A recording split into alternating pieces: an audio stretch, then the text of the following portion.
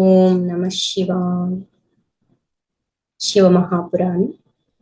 ఓం వందే శంభుముమాపతిం సురగురుం వందే జగత్కారణం వందే పన్నగభూషణం మృగధరం వందే పశూనాం పతిం వందే సూర్యశశాంకవహ్నినయనం వందే ముకుంద ప్రియం వందే భక్తజనాశ్రయం చ వరదం వందే శివం శంకరం వందే శివం శంకరం. శివమహాపురాణం విద్వేశ్వర సంహిత. ఇందులో మనము బంధనం అంటే ఏమిటి, మోక్షం అంటే ఏమిటి అన్న అంశాన్ని గురించి శ్రవణం చేసి ఉన్నాము. ప్రకృతి సంబంధమైనటువంటి ఉపాధులతో శరీర మనోబుద్ధులతో తాదాత్మ్యత చెంది తన యొక్క స్వస్వరూప జ్ఞానాన్ని కలిగి లేనటువంటి స్థితిని, నేను జీవుణ్ణి అన్నటువంటి అహంకార భావాన్ని కలిగి ఉన్నటువంటి స్థితిని బంధనముగా చెప్పి ఉన్నారు.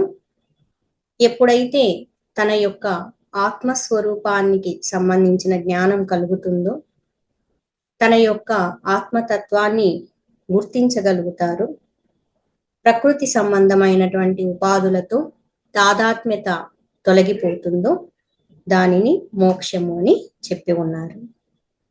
రోమహర్షణుడు అని చెప్పబడే సూతుల వారు ఋషులకి ఈ విధంగా బంధనము మరియు మోక్షం యొక్క స్వరూపాన్ని గురించి తెలియపరచడం జరిగింది. దీనిలోనే సాలోక్యముక్తి, సామీప్యముక్తి, సారూప్యముక్తి మరియు సాయుజ్యముక్తిని గురించి కూడా బోధ చేసి ఉన్నారు. దీని తర్వాత ఋషులు సూత మహర్షుల వారిని శివలింగము యొక్క మాహాత్మ్యము గురించి, వాటి యొక్క వివరణ గురించి, శివలింగ పూజా విధానాన్ని గురించి తెలియపరచమని ప్రార్థించడం జరుగుతుంది.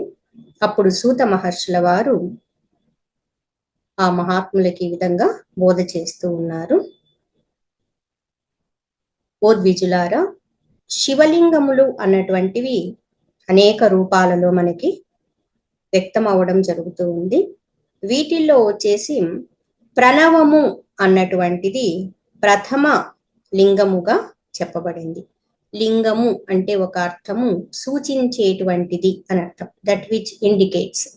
దేన్ని గురించి సూచన చేయడం జరుగుతుంది అంటే,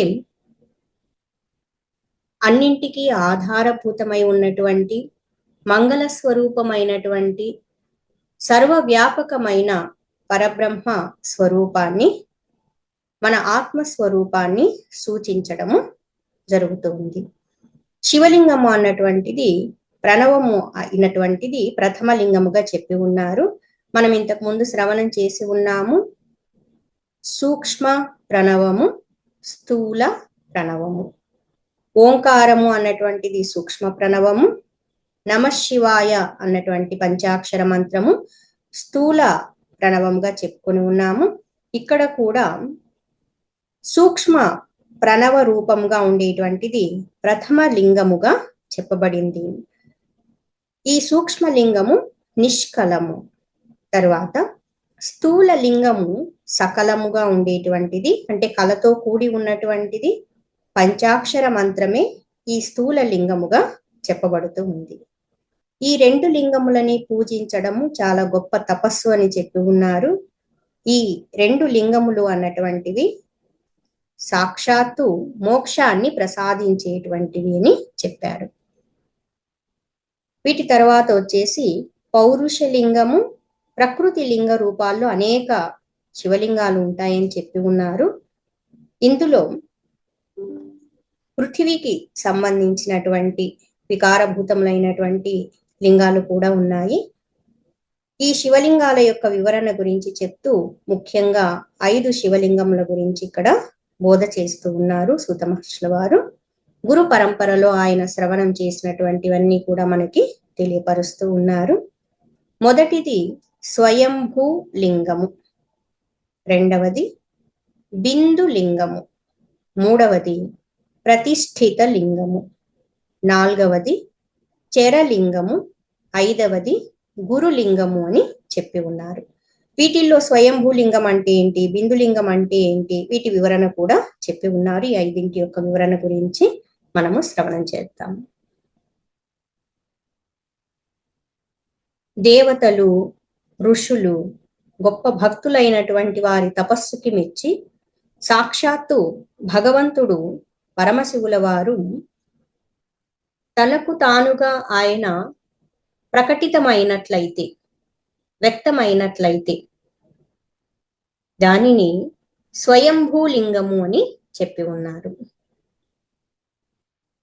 ఈ స్వయంభూలింగములు ఎవరి చేత ప్రతిష్ఠ చేయబడినటువంటివి కాదు. భగవంతుడు దేవతలు, ఋషులు, భక్తుల యొక్క తపస్సు వల్ల భూమి లోపల నాద రూపంలో ఉండేటువంటి శివుడు ఏ విధంగా అయితే మనకి ఉదాహరణలో చూసినట్లయితే ఒక విత్తనం, బీజం అన్నటువంటిది భూమిని ఛేదించుకొని అంకురించడము, మొక్కగా రావడం జరుగుతుందో, అదే విధంగా భగవంతుడు తనకు తానుగా భూమి నుండి వ్యక్తం కావడం జరుగుతుందన్నమాట. ఇటువంటి వాటిని స్వయంభూలింగము అని చెప్పి ఉన్నారు. ఇవి స్వయంభూలింగములు, స్వయంగా వ్యక్తమైనటువంటివి, స్వయంగా వెలసినటువంటివి. మనము చాలా చోట్ల చూసి ఉంటాము, దర్శనం చేసుకొని ఉంటాము, విని కూడా ఉంటాము. స్వయంభూలింగములు ఇక్కడ ఉన్నాయి, ఇక్కడ స్వయంభూలింగము ఎవరి చేత ప్రతిష్ఠ చేయబడినటువంటిది కాదు అని కూడా విశేషంగా చెప్పడము జరుగుతూ ఉంటుంది. ఇది చాలా శక్తివంతమైనటువంటి శివలింగంగా కూడా చెప్పి ఉన్నారు. ఈ స్వయంభూలింగములు జ్ఞానాన్ని ప్రసాదించేటువంటివిగా చెప్పి ఉన్నారు. ఉపాసకునికి జ్ఞానాన్ని అందజేస్తాయి, సకల శుభాలను కలిగించేటువంటి లింగము అని చెప్పి ఉన్నారు. తరువాత రెండవ లింగం పేరు బిందు లింగము అని చెప్పుకున్నాము. బంగారం కానీ, వెండి కానీ, వెండి రేకులు, బంగారం రేకులు, లేదా ఆకు మీద కానీ, భూమి మీద కానీ, లేదా ఒక వేదిక మీద కానీ తన చేతితో రాసిన శుద్ధ ప్రణవ మంత్ర రూపముగా ఉండేటువంటి లింగము, అంటే మంత్ర రూపముగా, మంత్రలింగముగా ఏర్పరిచినట్లయితే భగవంతుణ్ణి, పరమశివుల వారిని ఆ విధంగా ఏర్పాటు చేసినటువంటి లింగ రూపములోనికి ఆవాహన చేసినట్లయితే అటువంటి లింగాన్ని బిందు లింగము అని అంటారు. ఈ బిందునాదమయమైనటువంటి లింగము స్థావర జంగమము అని రెండు విధాలుగా కూడా ఉంటుంది. స్థావరము అంటే స్థిరంగా ఉండేటువంటిది, జంగమము అంటే ఒక చోటు నుండి ఇంకొక చోటికి కదులుతూ ఉండేటువంటిది. సాక్షాత్తు భగవంతుడు ప్రత్యక్షమవుతారు అన్నటువంటి విశ్వాసంతో ఎవరైతే ఈ శివలింగాలని పూజిస్తారో, ఆరాధిస్తారో అటువంటి వారికి తప్పకుండా స్వామివారు ప్రకటితమై వారి యొక్క కోరికల్ని నెరవేర్చడము జరుగుతుంది, శుభాన్ని కలిగిస్తారు అని చెప్పి ఉన్నారు. స్వయంభూలింగము మరియు బిందు లింగాన్ని గురించి చెప్పుకొని ఉన్నాము. తరువాత ప్రతిష్ఠిత లింగము. ప్రతిష్ఠితము అంటే ఎవరి చేతనైనా శివలింగము అన్నటువంటిది ప్రతిష్ఠ చెయ్యబడినటువంటిది అని అర్థం. ఇందులో కూడా మనకి ఈ శివలింగాలను గురించి చెప్పుకునేటప్పుడు పౌరుషలింగము, ప్రాకృత లింగము అన్నటువంటివి కూడా ఉంటాయన్నమాట. ఇక్కడ ప్రతిష్ఠిత చేయబడినటువంటి లింగము అంటే దేవతల చేత కానీ, ఋషుల చేత కానీ, లేదా మహాత్ములైనటువంటి వారి చేత స్థాపించబడినట్లయితే అటువంటి శివలింగాన్ని పౌరుషలింగము, ప్రతిష్ఠిత లింగము అని అంటారు, ప్రతిష్ఠ చేయబడినటువంటిది కాబట్టి. అలా కాకుండా ధనవంతులైనటువంటి రాజులు కానీ, ఇతర భక్తులుగా ఉన్నటువంటి వారు కానీ ఒక శిల్పి చేత నిర్మాణము చేయించి శివలింగాన్ని ప్రతిష్ఠ చేసినట్లయితే దానిని ప్రతిష్ఠిత లింగమే అంటారు. అయితే ఇది ప్రాకృత లింగము అని చెప్పబడుతుంది. ముందుగా చెప్పబడినటువంటిది దేవతల చేత, ఋషుల చేత ప్రతిష్ఠ చేయబడినట్లయితే, గొప్ప భక్తుల చేత ప్రతిష్ఠ చేయబడినట్లయితే అది పౌరుషలింగము పౌరుష ప్రతిష్ఠ లింగము. ఒక శిల్పి నిర్మితమైన లింగము ప్రతిష్ఠ చేసినట్లయితే అది ప్రాకృత ప్రతిష్ఠిత లింగము అని చెప్పి ఉన్నారు. స్వయంభూలింగము మొదటిది, బిందులింగము రెండవది, మూడవది ప్రతిష్ఠిత లింగము అని చెప్పుకున్నాము. ఈ ప్రతిష్ఠిత లింగము సకల ఐశ్వర్యములను కలిగించేటువంటిదిగా ఉంటుంది. ఇందులో తరువాత 4వ లింగము చరలింగము అని చెప్పుకున్నారు.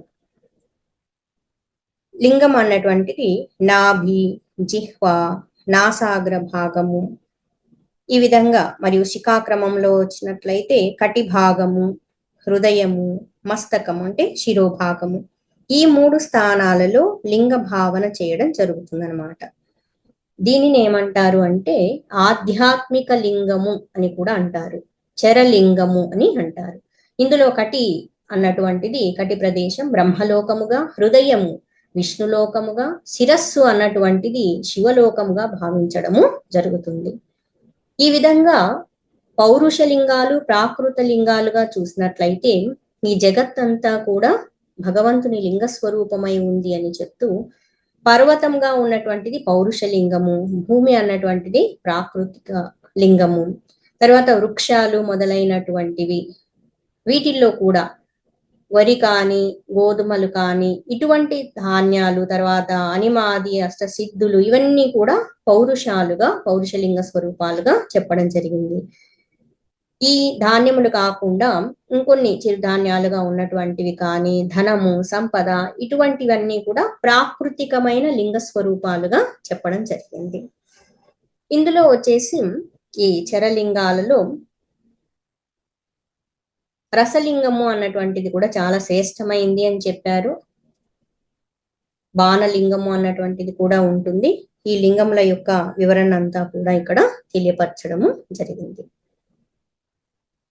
వీటిల్లో రసలింగము అన్నటువంటిది బ్రాహ్మణులకి సకల అభిష్ట వస్తువులని ప్రసాదించేటువంటిదిగా ఉంటుంది. అంటే ఇటువంటి లింగాన్ని పూజించడం మంచిది. తరువాత బాణలింగము అన్నటువంటిది క్షత్రియులకి గొప్ప రాజ్య ప్రాప్తిని కూడా కలిగిస్తుంది. బంగారంతో చేసినటువంటి స్వర్ణలింగము వైశ్యులకి మహాధనాన్ని కలిగిస్తుంది, ధనపతిగా చేస్తుంది అని చెప్పున్నారు. తరువాత రాతి శివలింగముగా ఉన్నటువంటిది ఇతరులకి చాలా మంచి చేస్తుంది అని చెప్పి ఉన్నారు. వీటిల్లో స్ఫటికముతో కూడినటువంటి బాణలింగము సర్వులకి, అంటే అందరికీ కూడా వారి కోరికలను తీర్చడము, శుభాన్ని కలిగించడము చేస్తుంది అని చెప్పారు. ఈ స్ఫటికముతో కూడిన బాణలింగము చాలా శ్రేష్టమైనటువంటిదిగా చెప్పి ఉన్నారు. ఈ శివలింగములు ఈ విధంగా చెప్పిన వాటిల్లో స్వయంభూలింగము, బిందులింగము, ప్రతిష్ఠిత లింగము, చరలింగము, వీటిని గురించి శ్రవణం చేసి ఉన్నాము.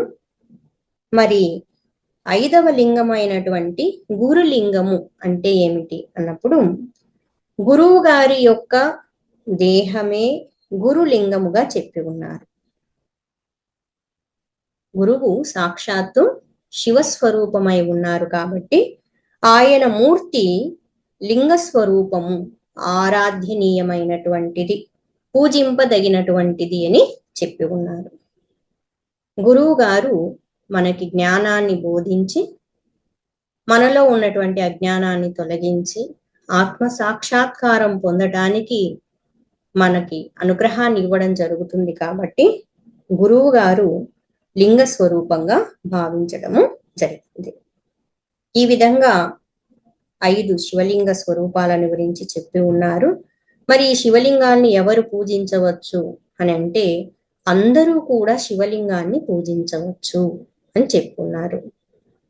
ఇందులో భేదం అన్నటువంటిది లేదు అని కూడా చెప్పున్నారు. బాల్యంలో కానీ, యవ్వనావస్థలో కానీ, వృద్ధావస్థలో ఉన్నటువంటి వాళ్ళైనా, ఏ అవస్థకి చెందిన వాళ్ళైనా, స్త్రీలు అయినా పురుషులైనా అందరూ కూడా, పిల్లలైనా పెద్దలైనా అందరూ కూడా శివలింగానికి పూజ చేయవచ్చు అని చెప్పి ఉన్నారు. శుద్ధ స్ఫటికమయం అయినటువంటి శివలింగము పూజించడం వల్ల సమస్త భోగములు లభిస్తాయి అని కూడా చెప్పడము జరిగింది.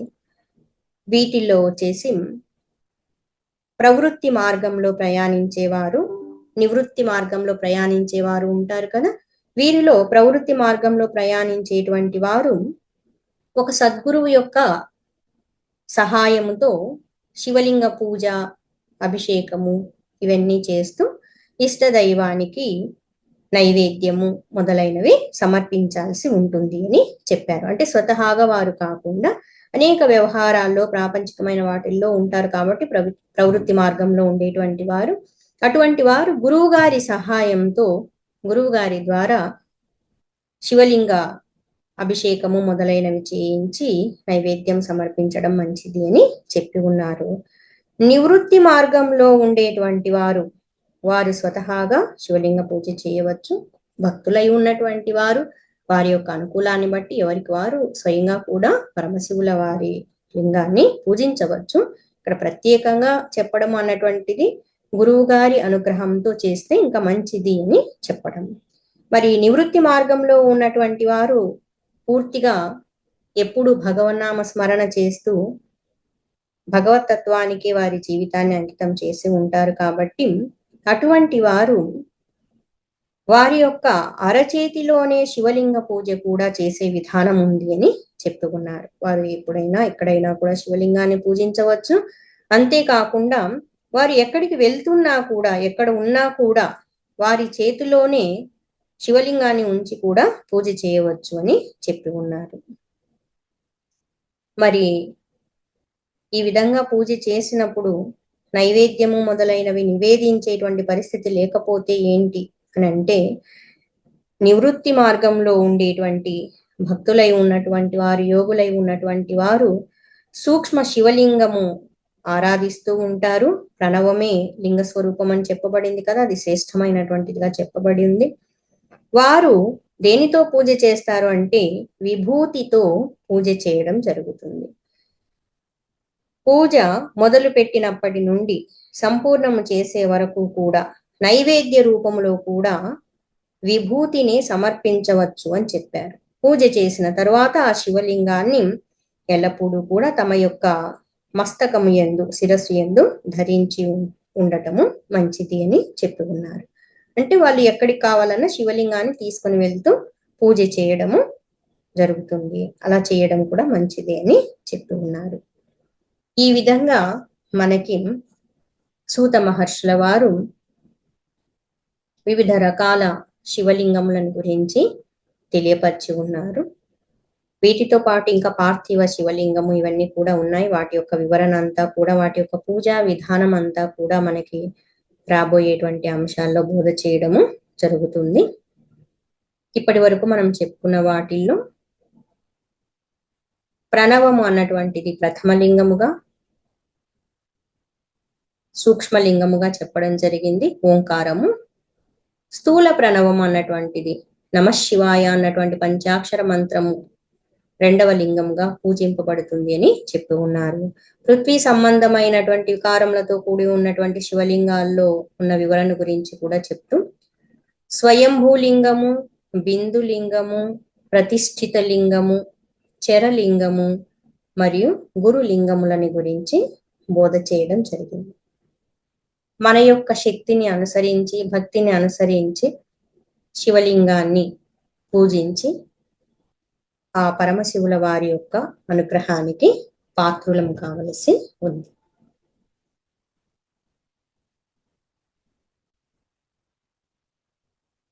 ఓం నమ శివాయ. ఇతర అంశాలను గురించి తర్వాత శ్రవణం చేద్దాం. ఓం లోకా సమస్తా సుఖినో భవంతు. ఓం అసతో మా సద్గమయ, తమసో మా జ్యోతిర్గమయ, మృత్యోర్మా అమృతంగమయ.